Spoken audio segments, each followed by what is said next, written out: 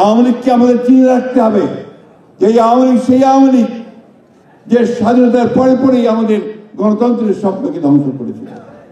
এটা বারবার মনে রাখতে হবে। বন্ধুগণ, সেদিনকার সেই কথাগুলো মনে হলে আজকের বিজয়ের যে আনন্দ, সেই আনন্দ সত্যি ম্লান হয়ে আসে।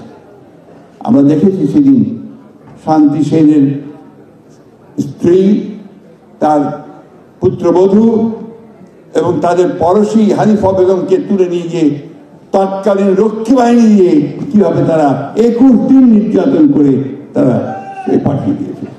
এই 31 দফার পরে আর কোনো সংস্কার বাকি থাকে না, সব দিক নেওয়া হয়েছে। নির্বাচন কমিশন, আমরা বলেছি যে আপনার নির্বাচন কমিশনে সেই বিষয়গুলি আসা উচিত নির্বাচন সংস্কার হিসেবে, যে যেন পার্মানেন্ট একটা পথ, একটা চিরস্থায়ী পথ পাওয়া যায়, যেখানে আমরা ধীরে কোনো গোলযোগ ছাড়াই আমরা নির্বাচন অনুষ্ঠিত করতে পারবো।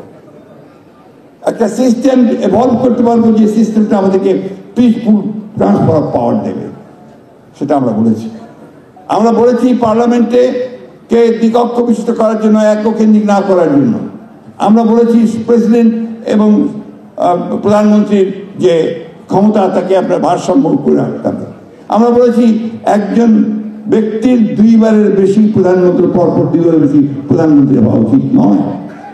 জুডিশিয়াল কমিশন করার কথা বলেছি, আমরা প্রশাসনিক কমিশন করার কথা বলেছি, অর্থাৎ সর্বক্ষেত্রে কমিশন করার কথা 31 দফার মধ্যে আমরা ইতিমধ্যে দিয়েছি।